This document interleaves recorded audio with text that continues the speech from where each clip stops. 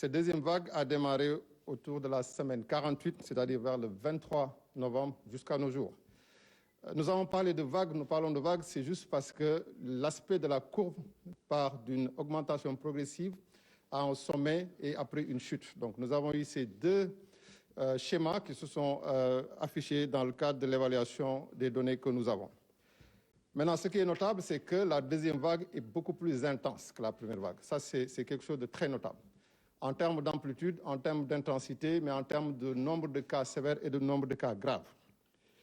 Le taux d'attaque, par exemple, hebdomadaire que nous avons eu, c'est-à-dire le nombre de personnes contaminées par 100 000 habitants, dans la première vague, nous étions à 5,5, une moyenne hebdomadaire. Et sur la moyenne hebdomadaire dans cette deuxième vague, nous sommes aujourd'hui à 12,7. Et en termes de nombre de cas, si on voit également le nombre de cas par jour, la première vague, le maximum de cas que nous avions en une journée était de 207. Et dans la deuxième vague, nous avons eu à compter 462 cas en une journée. Le nombre de cas mensuels également a complètement doublé. Dans la première phase, nous avions au mois d'août 3371 cas en un mois. Et ce mois de février, nous avons eu à avoir 7805 cas. Donc on voit que presque tout a doublé. Idem pour le nombre de décès par semaine. Dans la première vague, nous avons eu le nombre de décès hebdomadaires, le maximum qu'on a eu, c'était 28. Dans la semaine 27, la semaine du 29 juin 2020.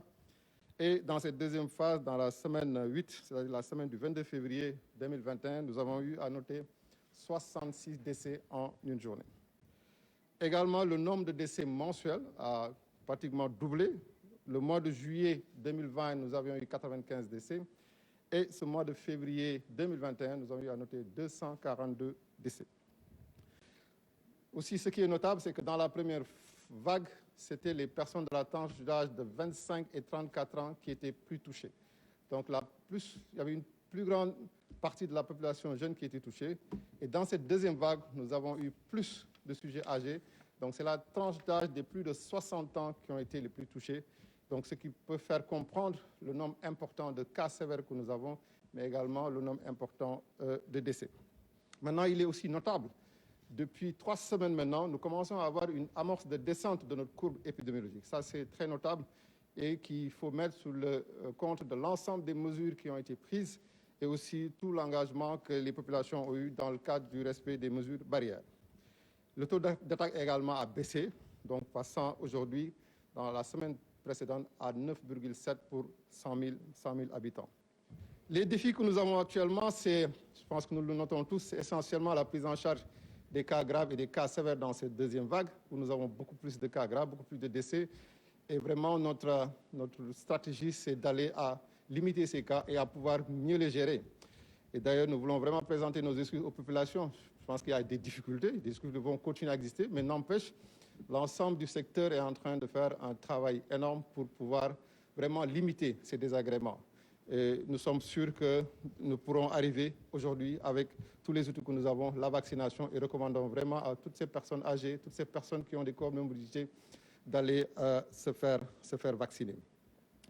Et juste terminer en disant que cette épidémie nous amène à une responsabilité collective.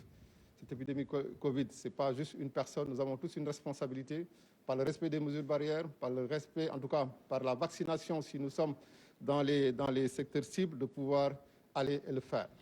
Mais également terminer en remerciant l'ensemble des populations qui témoignent au nom du personnel de santé, mais également de tous les autres secteurs, parce que je pense qu'il faut noter que ce n'est pas que le secteur de la santé qui travaille.